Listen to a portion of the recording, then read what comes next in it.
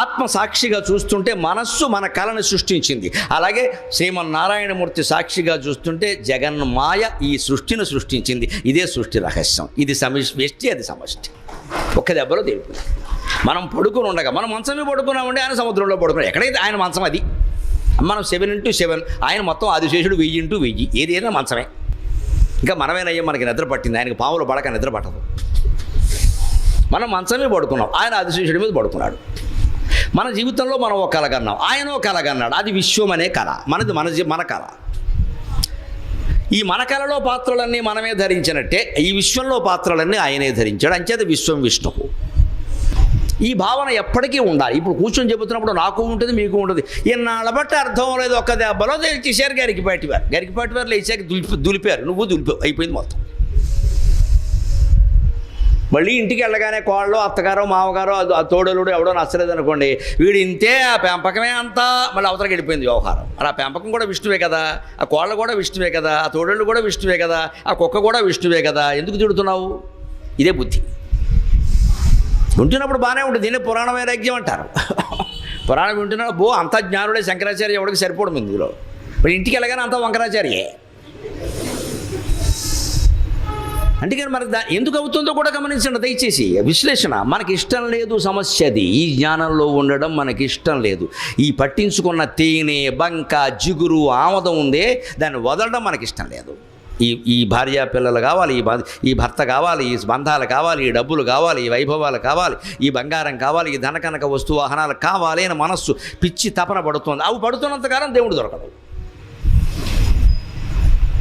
అందుకని కళ అర్థమైతే భూత గుర్తు. ఆ కళలో పాత్రలన్నీ జీవుడు ధరించారు. ఒక జీవుడు పడుకొని తాను కలగని మగవాళ్ళు, ఆడవాళ్ళు, చెట్లు, చేమలు, నపుంసక పాత్రలు, జీవరాశి పాత్రలన్నీ తానే ధరించి ఓ అరగంట సేపు తానే మాట్లాడుకుని తనతో తానే దెబ్బలాడి, తనతో తాను ఆనందించి, తనతో తాను విభేదించి, కింద పడి మీద పడి ఏదో చేసి కళలోంచి బయటికి రావడం నిజమైనప్పుడు శ్రీమన్నారాయణమూర్తి క్షీరసాగరంలో చేరించి ఈ విశ్వం అనే కళ తానే కని కృతయుగాన్ని, త్రేతాయుగాన్ని, ద్వాపర యుగాన్ని, కలియుగాన్ని, రకరకాల ప్రవృత్తుల్ని సృష్టించి ఆనందించి మొత్తం ముక్తి పొంది బయటకు వస్తున్నాడు అనడం అబద్ధమా? పక్కా నిజం అండి, పక్కా నిజం. That's what is going on. జరుగుతున్నది అదే. పరమాత్ముడు కన్న కలలు ప్రపంచములు, నిద్రలోన కన్న కల నిక్కముగాదు గదా తలంపగన్ అని సాగర ఘోష కావ్యంలో రాశారు. మనం కంటున్న కళ మన కళ అయితే దేవుడు కంటున్న కళ ఈ విశ్వం. అందుకని ఇందులో కేవలం నిమిత్త మాత్రంగా మన పాత్ర ఏదో మనం చేయడమే. కళలో కూడా మన పాత్ర మనం చేస్తున్నామో లేదా తెలుసో తెలియకు అంతే. ఇది కళ అనుకుని ఏం జరిగినా మంచిదే. ఇంట్లో పెళ్లి జరిగింది మంచిదే, ఎవరో పోయారు అది మంచిదే, వదిలే ఆ విషయాన్ని. మా ఇంట్లో ఎప్పుడూ శుభాలే జరగాలి, అశుభాలు జరగద్దని కోరుకోవద్దామా? అలా కోరుకుంటే తట్టుకోలేం, జరిగి తీరతాయి. అందరి జీవితాల్లోనూ అశుభాలు జరిగాయి, అందరి జీవితాల్లోనూ శుభాలు జరిగాయి. శుభాశుభాలు సమానంగా భావించడం భక్తి, కానీ శుభాలు మాత్రమే కోరుకోవడం భక్తి కాదు. శుభాశుభ పరిత్యాగి భక్తిమాన్ యస్సమే ప్రియక అని భక్తి యోగంలో భగవంతుడు చెప్పాడు. శుభాశుభాలు సమానంగా భావించేవాడు భక్తుడు అన్నాడు. శుభాలు మాత్రం జరగాలని కోరుకునేవాడు భక్తుడు కదా, వాడు స్వార్థపరుడు కింద లెక్క. అశుభాలు మనం కోరుకోలేం కాబట్టి ఏం చేయాలి? శుభాలు కోరుకున్నా ఉపయోగం లేదు, అశుభాలు మనం కోరుకోలేం కాబట్టి ఏం చేయాలి? అసలు ఏమీ కోరకుండా ఉంటే అంతకంటే మించింది లేదు. దేవుడు గుళ్ళోకి వెళ్ళి దండం పెట్టుకోవడానికి కోరికలు దేనికండి పని లేక. అందుకని భూత భృత్ ఈ జీవులన్నింటినీ ఆయనే భరిస్తున్నాడు. మొత్తం కళలో భరించినట్టే మనం ఎలా భరిస్తున్నాం? కళలో కూడా ఇంకా మీరు గమనించడం విచిత్రంగా కాలం కూడా మించే. ఎందుకంటే మన కళలో ఒక 10 ఏళ్ల కథ ఒక 10 నిమిషాల్లో వచ్చేస్తుంది మనకి. ఒక 10 ఏళ్ల కథ అంతెందుకు, సినిమా అయితే బాగా అర్థమవుతుంది. వెనక చిక్కడో దొరకడో కథలు వదలడు లాంటి సినిమాలు ఉండేవి, జానపద సినిమాలు. మన ఎన్టీ రామారావు, కత్తి కాంతారావు ఇద్దరు ఉండేవారు. వీళ్ళు ఆ సినిమా మొదలెట్టాక మీరు చూడండి, చిన్నపిల్లలు రాజకుమారులు అనమాట ఇద్దరం. ఓ తల్లికి 2 పిల్లలు పుడతారు రాజుగారు అబ్బాయికి.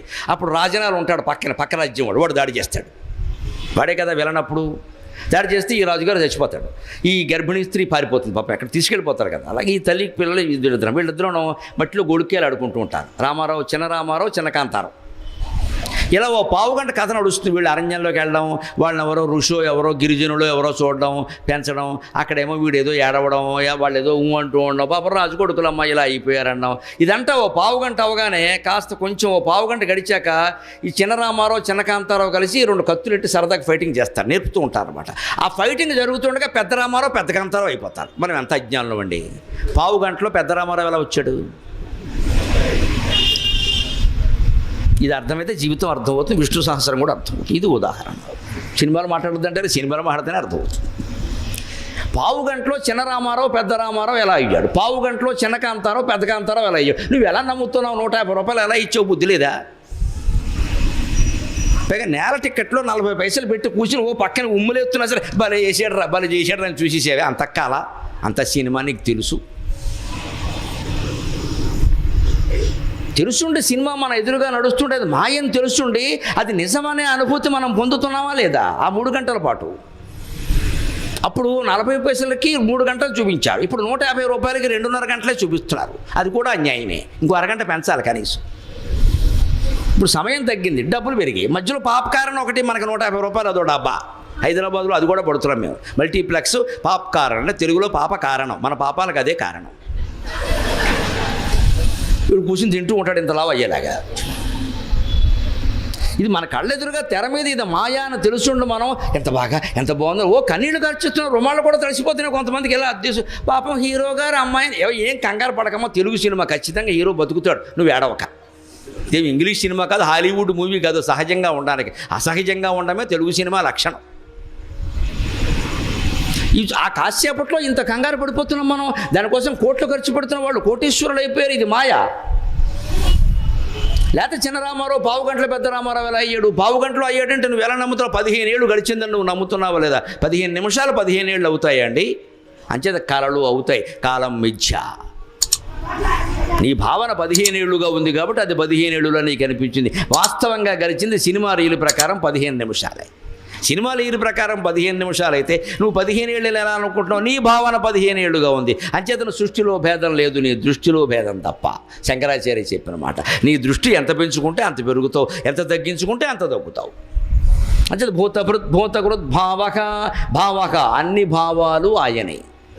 భగవంతుణ్ణి ఆరాధించడానికి ఈ భావంతోనే ఆరాధించాలని ఏమీ లేదు. మొత్తం మీద ఆయన దృష్టిలో ఉంటే చాలు. మన దృష్టిలో మన మనస్సులో ఆయన ఉంటే చాలు. అలా అన్ని విధాలా ఆరాధించి మోక్షం పొందారు. కామోత్కంఠత గోపికల్ భయమునన్ కంసుండు వైరక్రియా సామగ్రిన్ శిశుపాల ముఖ్య నృపతుల్ వైరక్రియా సామగ్రిన్ శిశుపాల ముఖ్య నృపతుల్ సంబంధులై వృష్ణులున్ ప్రేమన్ మీరలు భక్తినేము ఇది చక్రిన్ గంటిమి ఉద్దామధ్యాన గరిష్ఠుడైన హరిబంధన్ వచ్చుధాత్రీశ్వర. ఎట్లయినా ఉద్దామధ్యాన గరిష్ఠుడైన హరిబంధన్ వచ్చుధాత్రీశ్వర. గోపికలు కామవాంఛతోనే శ్రీకృష్ణుడిని ప్రేమించారండి, సందేహమేం లేదు. ఎందుకంటే వాళ్ళు పూర్వజన్మలో ఋషులు, మామూలు వాడు కాదు. వాడు శరభంగాది మహర్షులు. రాముడిని చూసి వ్యామోహంలో పడ్డారు. వాడు అందాల రాముడు, అందువలన దేవుడు. కృష్ణుడి కంటే కూడా అందమైన వాడు రాముడు. అందున క్షత్రియ కళ, ఆ కళ వేరు. దాన్ని చూసి ఋషులు వ్యామోహంలో పడ్డారు. స్త్రీలు కాదు, పురుషులు కాదు, ఋషులు వ్యామోహంలో పడ్డారు. అంత అందమైన వాడు రాముడు. రాముడు ఊరికే ఓ చిరునవ్వు నవ్వు ఊరుకున్నాడు. ఈ జన్మకి ఏకపత్ని వ్రతం అండి, సీతాదేవికి రిజర్వ్ చేసాం సీటు. ఇది ఎస్సీ నియోజకవర్గం, ఇంకోటి పోటీ చేయడానికి వీల్లేదంటే ఇది. అంటే సీతాదేవికి రిజర్వ్ చేసేసాం, వచ్చే జన్మలో చూసుకుందాం ఈ సంగతి, నా సంగతి అన్నాడు. చూసుకున్నాడు ఆయన. వాళ్ళే 16,000 గోపికలు. క్షత్రియ కంజులైనా గోపికలైనా అంతా వాళ్ళే. వాళ్ళ జన్మాంతర కాంక్ష అలా ఉండడం వల్ల వాళ్ళు అదే దృష్టితో ఉన్నారు కృష్ణుడు పట్ల. కృష్ణుడు స్పష్టంగా చెప్పాడు, మీరు అందరూ నన్ను చేసుకుంటారని నాకు ఎలా కుదురుతుంది వ్యవహారం? గ్యాస్ బండలు కావాలి, ఆధార్ కార్డు కావాలి, దాన్ని పాన్ కార్డుకి జత చేయాలి. నాన్న గొడవ పెట్టారు ఇక్కడ మోడీ గారు. ఎందుకు వచ్చిన గొడవ అన్నాడు ఆయన.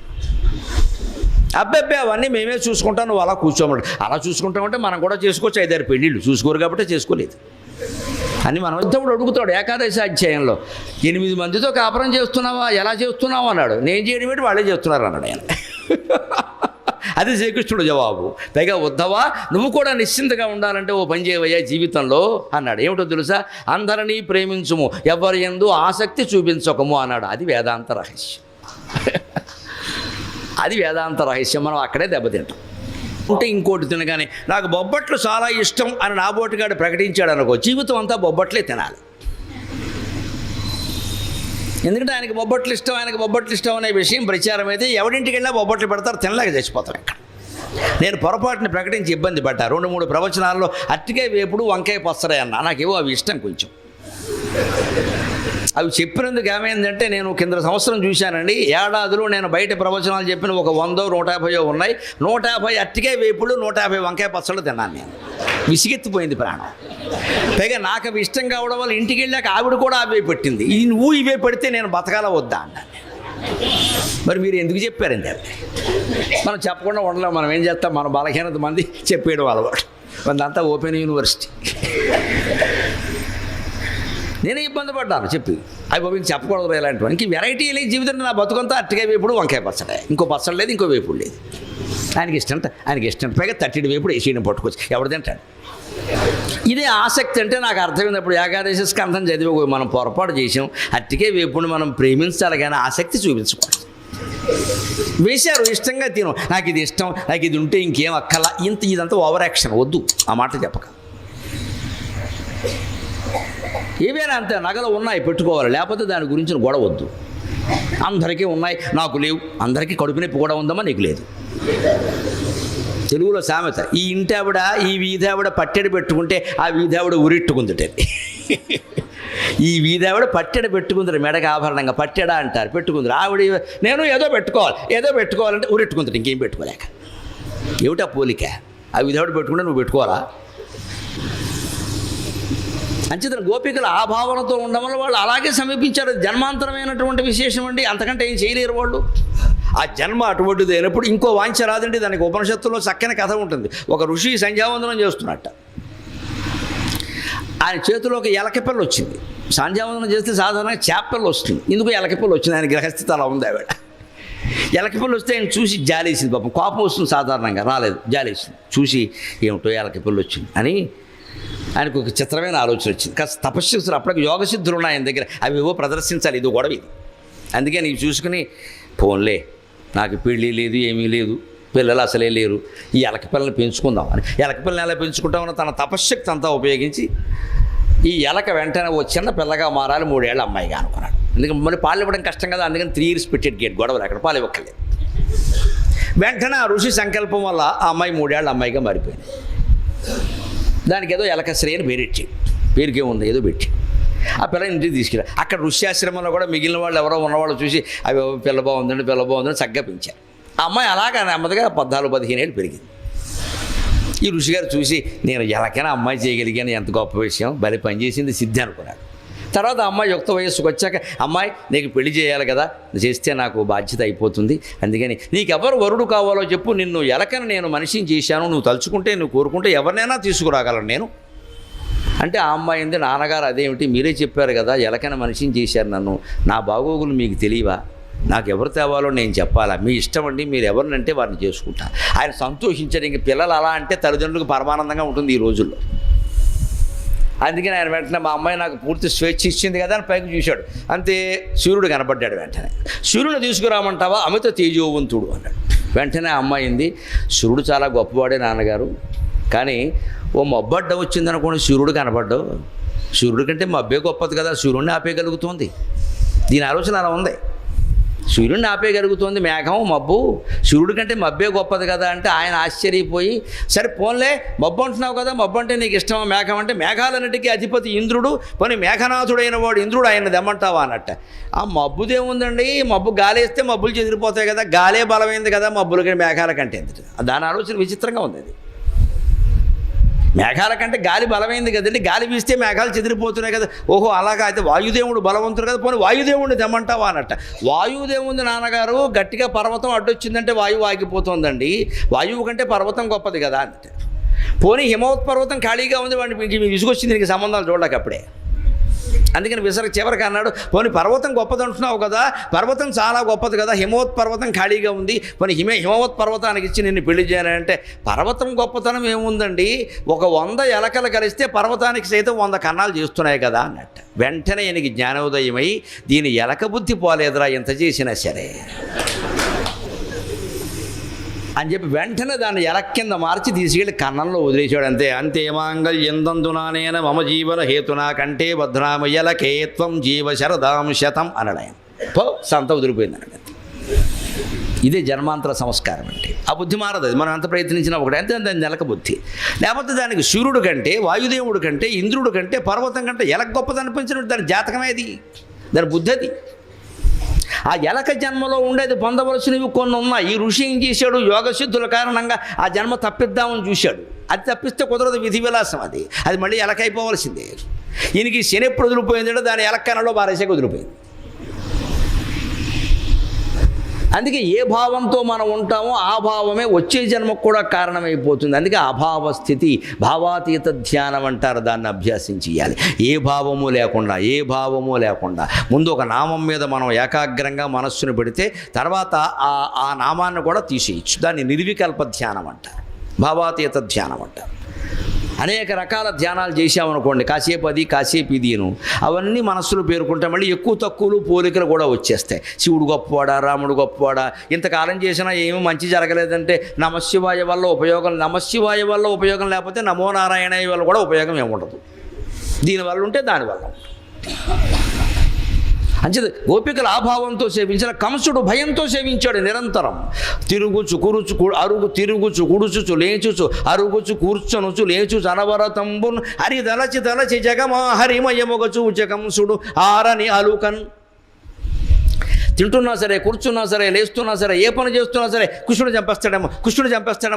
చంపేస్తాడేమో అనే భావనతో కంసుడు ఉండడం వల్ల అతనికి 9 ఏళ్ల వయసులో ఉన్న కృష్ణుడు ఆయన సంహరించి మోక్షం ఇచ్చాడు కంసుడికి. ఎందుకంటే ఆయన కోరుకొని చేసింది నిరంతర ధ్యానం, కృష్ణ ధ్యానం. శత్రుభావంతోనైనా భగవంతుడిని ధ్యానిస్తే చాలు, ఏం పర్వాలేదు. తిట్టినా పర్వాలా, కొట్టినా పర్వాలా, ప్రేమించినా పర్వాలా, ఏం చేసినా ఆయన్నే. అంచేత భగవంతుడికి పవిత్రం అపవిత్రం అనేవి ఉండవు. ధర్మము అధర్మము, కోరిక అకామం, క్రోధం అక్రోధం ఉండవు. నీ మనస్సు ఆయన మీద ఉంటే చాలు, నువ్వు ఏం చేసినా మంచిదే. రామదాసే ఉదాహరణ. వచ్చి ఎన్నకొంశ తిలక అని మర్యాదగా చాలాసేపు పాడాడు. ఒళ్ళు మండిపోయింది దెబ్బలు కొడుతుంటే. అందుకని హారాల లెక్కంతా మొత్తం చిట్టా చెప్పాడు, ఇన్కమ్ ట్యాక్స్ లెక్కలు చెప్పాడు మొత్తం.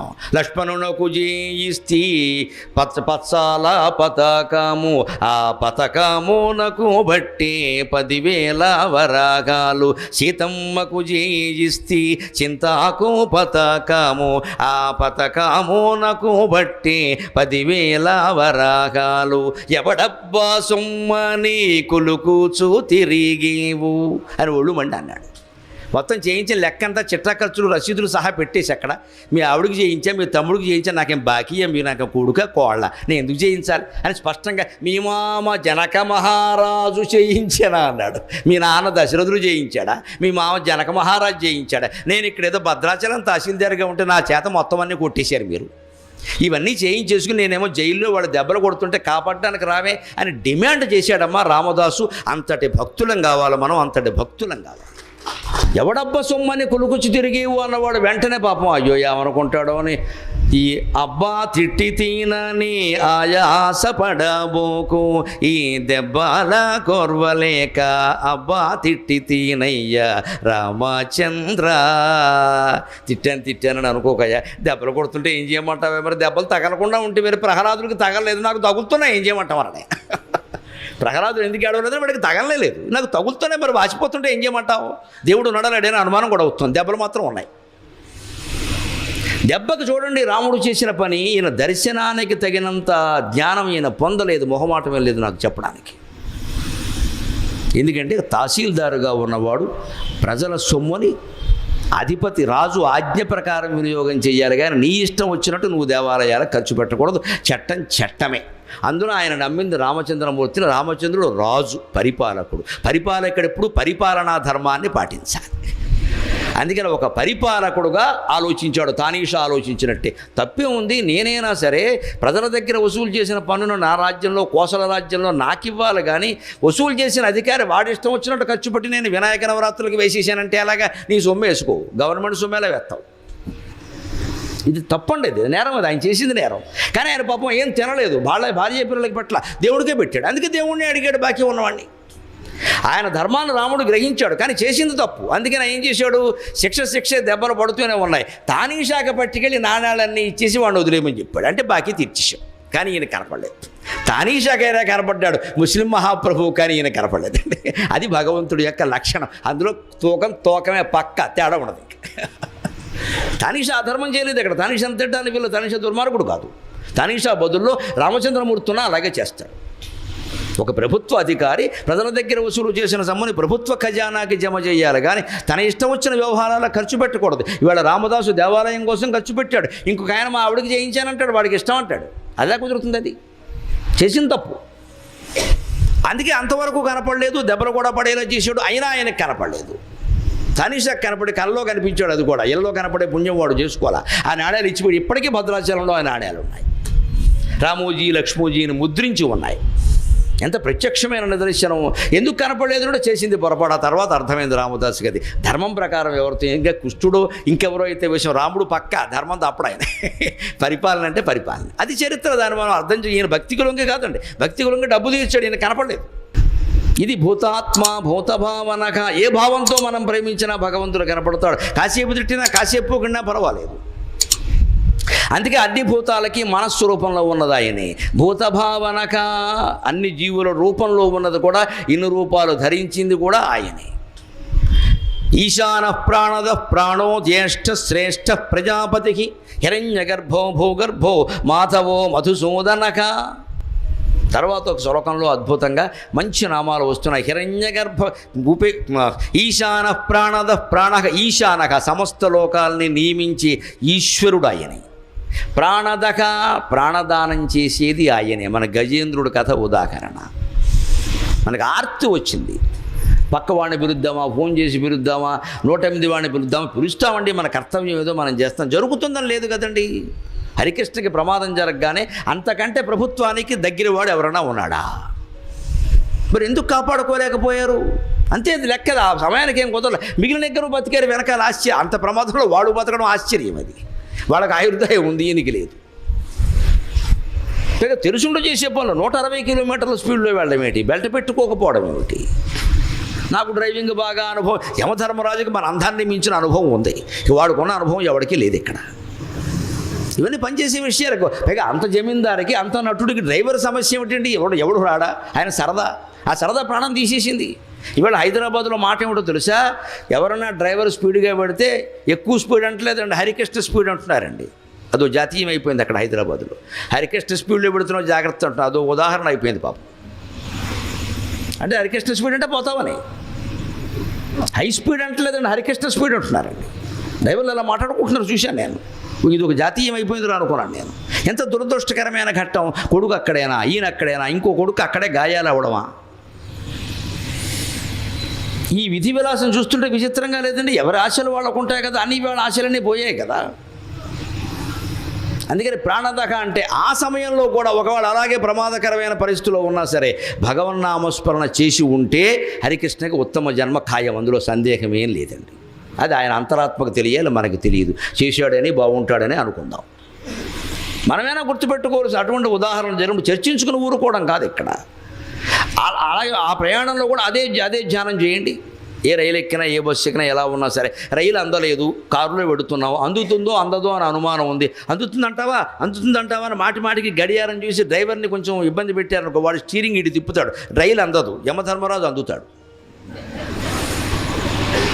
డ్రైవర్కి తెలియదా ఎంత స్పీడ్లో వెళ్ళాలో? నీ కంగారుతో వాడిని చంపేస్తున్నావు పట్టుకుని. ఇక్కడ నేను నిత్యం ప్రయాణాల్లో ఉంటాను. నాకు బోల్డ్ రైళ్లు అందని పరిస్థితులు చాలా వచ్చాయి. ఇంటి దగ్గర బయలుదేరడాన్ని బట్టి హైదరాబాద్లో పెద్ద తద్దినం ట్రాఫిక్ జామ్, దాన్ని బట్టి వస్తాయి. నేను నిశ్చింతగా కూర్చుని నమశివాయ అనుకుంటా. నాకు ఇంతవరకు జీవితంలో ఒక్క రైలు కూడా అందకుండా పోలేదు. ఆలస్యమైన రైలు కూడా అంది. నాకు ఆలస్యం అయితే రైలు కూడా ఆలస్యమే. కారణం ఏంటంటే నేను మొహమాటం లేకుండా చెబుతున్నానమ్మా, బడాయి కాదు. నమ శివాయ, శివస్మరణ చెయ్యాలి. మన సంగతి ఆయన చూసుకుంటాడు. మనం వచ్చే వరకు విమానం ఆపేస్తాడు, రైలు కాదు ఇక్కడ.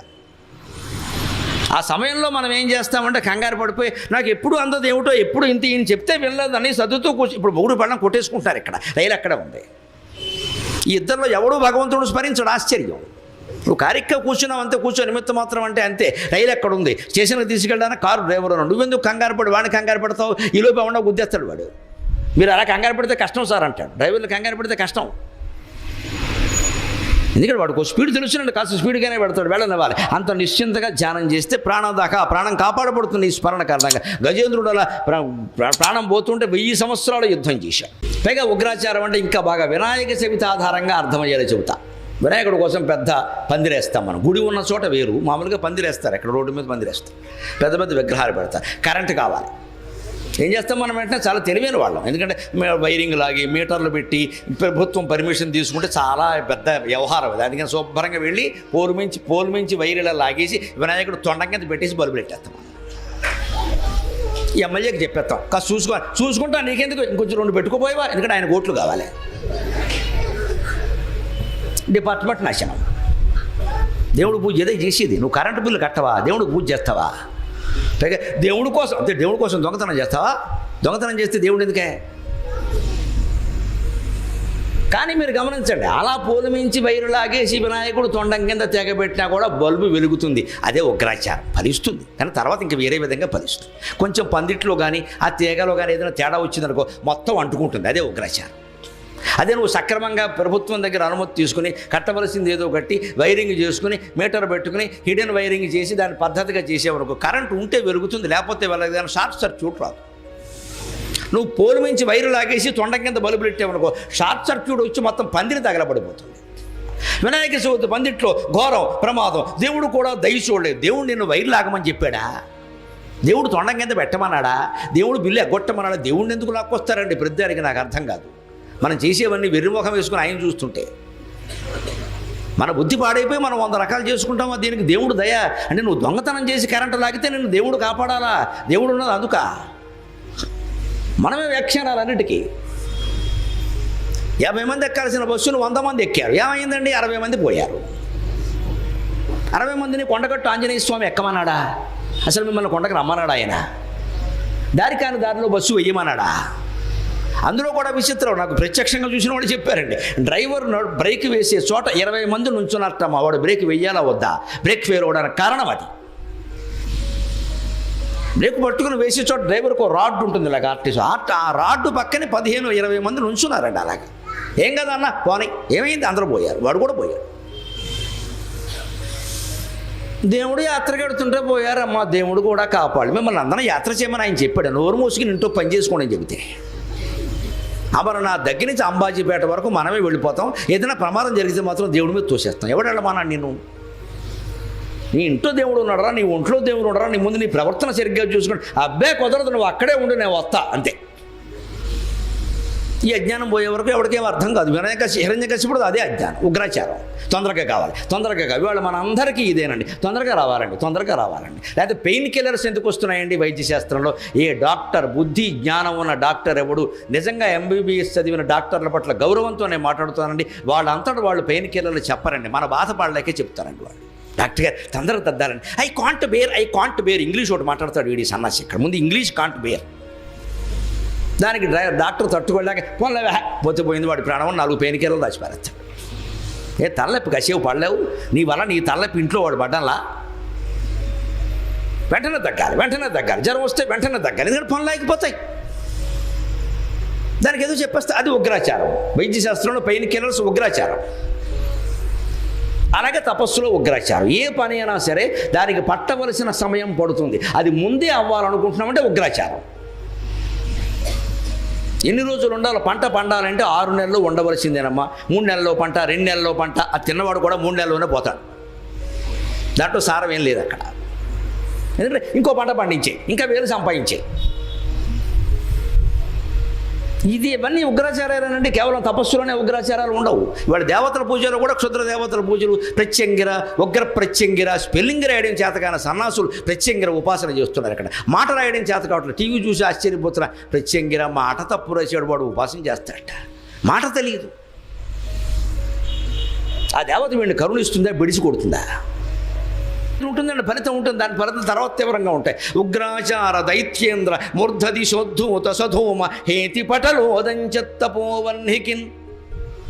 అంత భయంకరమైన తపస్సు చేస్తూ నాకు ప్రత్యక్షం కాకపోతే తంత కొడత అన్నట్టుగా రావణాసురుడు అన్నట్టే ఉగ్రాచారంతో చేస్తే వాడు మొత్తం మీద ఇంద్రియాలన్నీ బలవంతంగా బిగించి చేసినటువంటి తపస్సుకి లోపల విపరీతమైన ఉష్ణశక్తి జనించి పైనుంచి ఈ మూర్ధ భాగం నుంచి అది అగ్నిజ్వాలలా చక్ చక్ చక్ చక్ అని వస్తుంది. అదేం చేసింది? అది రెన్ కుంభిని సాద్రియై, దానికి పర్వతాలతో సహా భూమి కంపించిపోయింది ఆ వేడికి.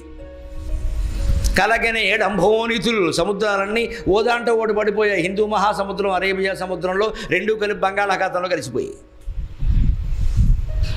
తారకల్సెదరెన్ సగ్రహ సంఘలై, గ్రహాలతో సహా నక్షత్రాలన్నీ కదిలిపోయాయి. మొత్తం మధ్యలో ఉండే ఆకర్షణ శక్తి నాశనం అయిపోయింది. ఏ భూమండలం ఏ గ్రహాన్ని గుద్దుతుందో, ఏ గ్రహ శకలం వచ్చి ఏ భూమిని గుద్దుతుందో తెలియదు. అంత తపస్సు చేశారు. ఇప్పుడు ఉష్ణశక్తి ఉత్పత్తి అయితే అంత పని చేస్తుంది.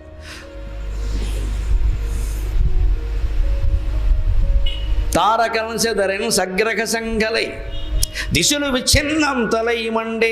ఇది తూర్పు దిక్కు, ఇది పడమటి దిక్కు, ఇది ఉత్తరం, ఇది దక్షిణం అనే అటువంటి సరిహద్దులు చెరిగిపోయి వాటి అంతములు విచ్ఛిన్నములై సరిహద్దులు చెరిగిపోయి అన్నీ కలిపి ఒకే దిక్కు కింద మనుషుల్ని దిక్కులేని వాళ్ళని చేసి మండుతున్నాయి భయంకరంగా. బెల్లదరన్ గుండెలు జంతు సంతతికి, ఒక్క మనుషులే కాదు సమస్త జీవరాశుల యొక్క గుండెలు దర్దళ్ళాడుతున్నాయి. ఏ జీవికి, ముఖ్యంగా మూగజీవులు, లేళ్ళు, జంతువులు, అడవి జంతువులు, గ్రామాల్లో ఉండే జంతువులు ఉంటాయి, వాటికి గుండెలు ఎదిరిపోతూ ఉంటే ఏమిటి ఏమి అర్థం కాక అయోమయంగా చూస్తున్నాయి. మనుషులు అలాగే ఉన్నారు. ఉగ్రాచార దైత్యేంద్రమూర్ధ దిశోద్ధూత సధూమహేతి పటలోదంచత్తపోవన్హికిన్. మొత్తం జీవరాశిని కంపింపజేసాడు. ఇక్కడ కాస్త జాగ్రత్తగా చూడండి ఆ తపస్సు ఫలితాలు ఎలా ఉన్నాయో. అదిరెన్ కుంభిని సాద్రియై, భూమి కంపించిందంటే భూమిని స్వాధీనం చేసుకున్నాడు వాడు. ఎలా చెప్తే అలా వినేలాగా, అంతే కదా. పంచభూతాల్లో భూమి ఒకటే కదా. పంచభూతాలంటే ఏవి? పృథివీ, అప్, తేజో, వాయువు, ఆకాశం. పృథివీ, భూమి, అప్ అంటే నీరు, తేజస్సు అంటే అగ్ని, వాయువు, గాలి, ఆకాశం, అంతే కదా. ఐదింటినే వాడు లొంగ తీసుకున్నాడు. 5ంటికి 5 వాక్యాలు రాశాడు పోతన గారు, అంత పద్ధతిగా రాశాడు. అదిరేన్ కుంభిని సాద్రియై, భూమి పర్వతాలతో సహా కంపించింది అంటే భూమి వాడికి స్వాధీనం అయిపోయింది. తపస్సులో మృగ మూసుకుని కూర్చుంటే, ధ్యానం చేస్తుంటే తపస్సు అంత గొప్పది. కలగనేడు అంభోనిధులు, సముద్రాలు మొత్తం ఓ దాంట్లో ఓడి పడిపోయాడు. సముద్రం అంటే జలం కూడా స్వాధీనమైంది. తారకల్ సెదరైన సగ్రహ సంఘలై, గ్రహాలు నక్షత్రాలు కూడా కదిలిపోయాయి అంటే ఆకాశం కూడా స్వాధీనమైంది. దిశలు విచ్ఛిన్నంతలయమండి, అగ్ని కూడా స్వాధీనమైపోయింది. ఇక మిగిలింది వాయువు. అది ఎలా చెప్పాడండి ఆయన? పిల్లదరన్ గుండెలు జంతు సంతతికి. గుండె కొట్టుకోవడానికి మూల కారణం ప్రాణవాయువేగా.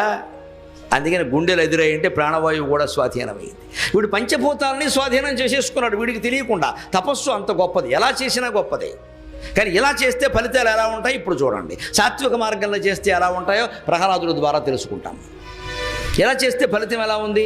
ఈ మొత్తం ఉష్ణశక్తి బ్రహ్మలోకం వరకు వ్యాపించింది. వెంటనే బ్రహ్మ కిందికి దిగాడు. మనకు పురాణ కథల్లో బ్రహ్మలోకం నుంచి కిందికి బ్రహ్మ దిగాడు, ఇంద్రలోకం నుంచి ఇంద్రుడు దిగాడు, రుద్రలోకం నుంచి శివుడు దిగాడు అని ఎందుకు ఉంటుందంటే ఊరికే మన మీద అనుగ్రహంతో దిగారమ్మా. పచ్చి నిజం చెబుతున్నా. కాలిపోతుంటే దెక్క ఏం చేస్తారు? కింద కాలిపోతుంది, అందుకని దిగారు వాళ్ళు. అది విషయం. వేడెక్కిపోతుంది. తపస్సు ప్రభావం అది. ఎవడైనా దిగాల్సిందే. మొత్తం వాల్యూమ్ కట్టేశాడు. అంతేకాని దేవతానుగ్రహం కాదు అది. దయ అనద్దు దాన్ని. దయ కాదు అది, షరత్. అది వచ్చి తీరాల్సిందే. తపశ్శక్తి అది. ఎవరిని ఏ దేవతను ఉద్దేశించి సంకల్పం చేస్తే వాడు ఆ దేవత రావాల్సిందే. అందులో దేవతానుగ్రహం ఏం లేదు, ఈ వ్యక్తి ప్రయత్నమే ఉంది. అది కాలిపోతుంది అక్కడ అని చెప్పాడుగా పద్యంలో. అందుకే బ్రహ్మదేవుడు దిగొచ్చి వెంటనే అమ్మయ్య ఏదో వీడికి ఏదో భారిస్తే వీడు పోతాడు, నా దారిని నేను బస్సు ఎక్కిపోవచ్చు, ఎందుకు వచ్చిన గొడవ ఇది అనుకునే. ఏం కావాలో కోరుకోమన్నాడు. ఈ వెర్రి సన్నాసి ఇలా తెరవగానే ఓ బ్రహ్మదేవుని స్తోత్రం చేశాడు. 4 మోములను నిగమనాదములొప్పతిలంగా అని ఏదో మనుచరిత్రలో పెద్దన గారు పాడినట్టుగా ప్రచండ వాతువుల జనించు రథతోడి గుహావళి మోలె మేరువున్బోలె నొప్పు అని బ్రహ్మాండంగా స్తోత్రం చేశాడు. బ్రహ్మదేవాయ నమః అన్నాడు. ఏం వరం కావాలో కోరమంటే కోరాడు. చూడండి ఎంత విచిత్రమైన వరం కోరాడు. గాలిన్, కుంభిని, అగ్నిని, అంబువుల, ఆకాశస్థలిన్, దిక్కులన్, రేలన్, దస్రములన్, తమ ప్రభల భూరిగ్రాహరక్షో మృగవ్యాళాదిత్య నరాది జంతు కలహ వ్యాప్తిన్ సమస్తాస్త్రశస్త్రాళిన్ మృత్యువులేని జీవనము లోకాధీశ ఇప్పింపవే. బ్రహ్మదేవుడు వెర్రినవ్వు నవ్వాడు. 4 ముఖాలతో నవ్వాడు. టీవీలో వాళ్ళని పిలిచి ప్రత్యక్ష ప్రసారం చేసుకోమన్నాడు. సంతోషించాడు. ఇంత వెర్రివేధవేవుడు ఉన్నాడు అని నవ్వాడు. ఆయన కంగారు పడ్డ. బ్రహ్మదేవుడే. ఒక తలకాయ వాడికి ఇంత తెలివి ఉంటే 4 ఉన్నవాడికి అంత తెలివి ఉంటుంది. అమ్మయ్య గొడవ వదిలిపోయింది అనుకోండి. వాడు కోరిన వరం అంత అమాయకపు వరం. వాడు తపస్సులో ఉండగా భూమిని, నీటిని, అగ్నిని, వాయువుని, ఆకాశాన్ని స్వాధీనం చేసుకుని పంచభూతాత్మకమైందే ప్రపంచం కాబట్టి మొత్తం ప్రపంచాన్ని గుప్పిట్లో పెట్టుకున్నాడు. అలాగే ఉండిపోతే సరిపోయేది. కానీ విష్ణువును జయించాలి అంటూ ఉండే ఒక పిచ్చి కోరిక కారణంగా తపస్సు నుంచి బయటకు వచ్చాడు. కోరికే మనిషి దుఃఖానికి మూలం. బుద్ధుడి దగ్గర నుంచి అందరూ చెప్పింది ఇది. ఈ కోరికే. ఎందుకు నీకు అజయం? ప్రపంచం అంతా నీదైపోయింది, ఇంకా విష్ణువు ఎవడయ్యా అందులో లేడనే వాడు ఉద్దేశం. అందుకని వాడు ఏం కోరాడు? గాలి వల్ల నేను చావద్దు, కుంభిని భూమి వల్ల నాకు చావు రావద్దు, అగ్ని వల్ల నేను చావద్దు, ఆకాశస్థలిన్ ఆకాశం వల్ల చావద్దు, అంబువుల నీళ్ల వల్ల చావద్దు. వీడు తెలివైనవాడా అమాయకుడా? తపస్సులో ఉండగా పంచభూతాలు వాడి చేతిలో ఉన్నాయి, అవేమో వాడికి భయపడ్డాయా? తపస్సు నుంచి బయటే కదా వీడు వాటికి భయపడుతున్నాడా? చాలా విచిత్రంగా లేదండి? 10 ఏళ్ల వరకు కొడుకు మనకి భయపడతాడమ్మా, వాడికి 20 రాగానే వాడికి మనం భయపడుతున్నాం. అదే జీవితం అంటే. వేరే చెప్పక్కర్లేదు, ఇది అర్థమైతే అది అర్థమవుతుంది. మగవాళ్ళు పెట్టేవారు షరతులు పెళ్లి చూపుల్లో, అమ్మాయిల పాపం పెళ్లి చూపులకు వచ్చి కింద కూర్చునేవారు. అలాగా పాట పాడమంటేనే సిగ్గుపడిపోయేవారు మా రోజుల్లో.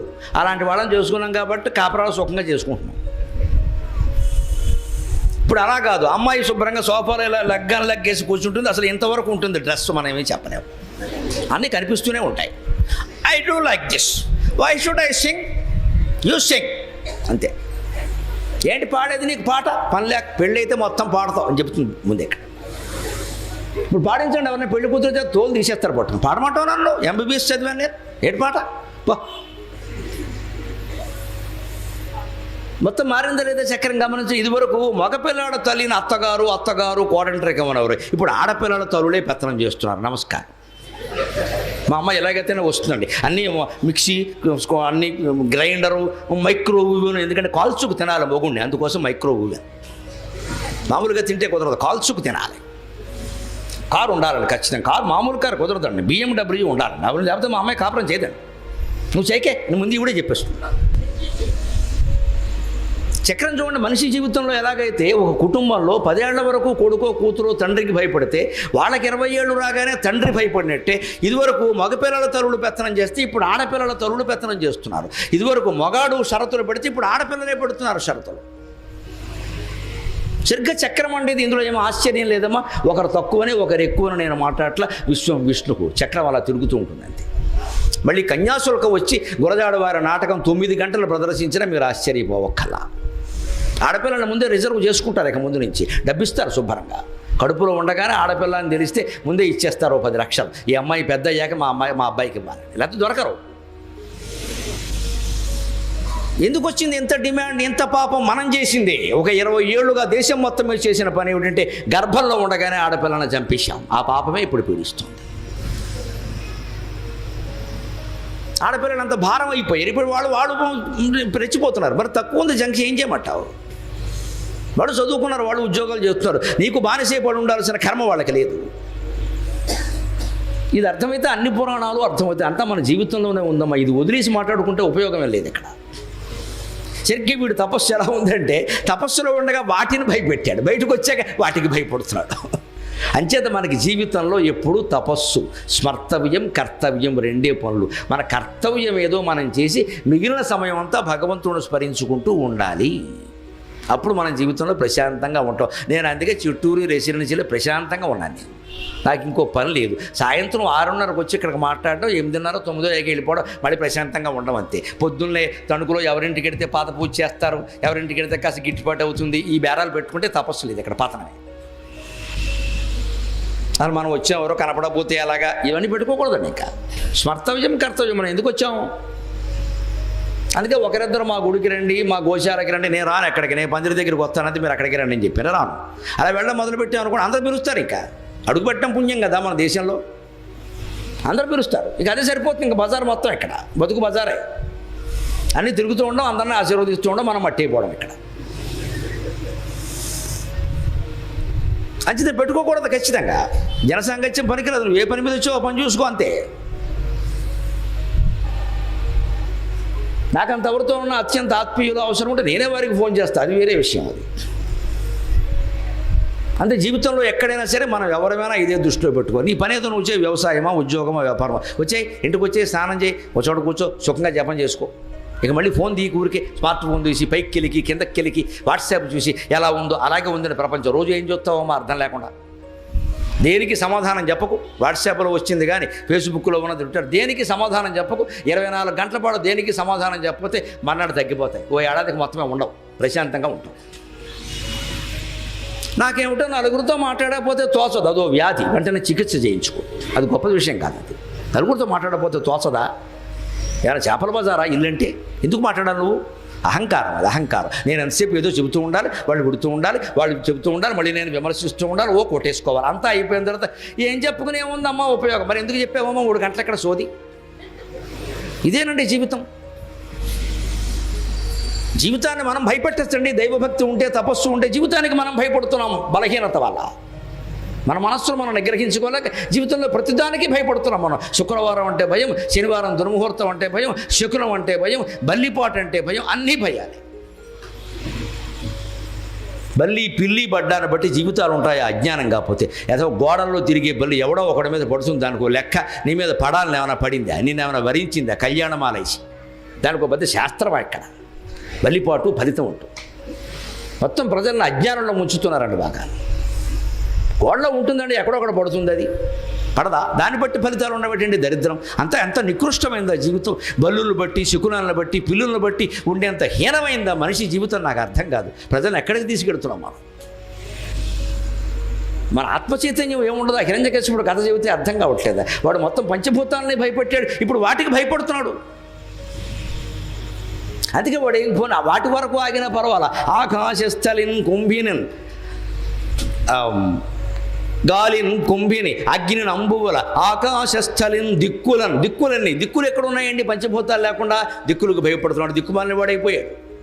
రేలన్ ఘస్రములన్, ఇదో మాట. రాత్రి కానీ పగలు కానీ, ఘస్రం అంటే పగలు. రాత్రి పగలు ఎక్కడదండి? పంచభూతాలు లేకుండా రాత్రి పగలు ఏర్పడతాయా?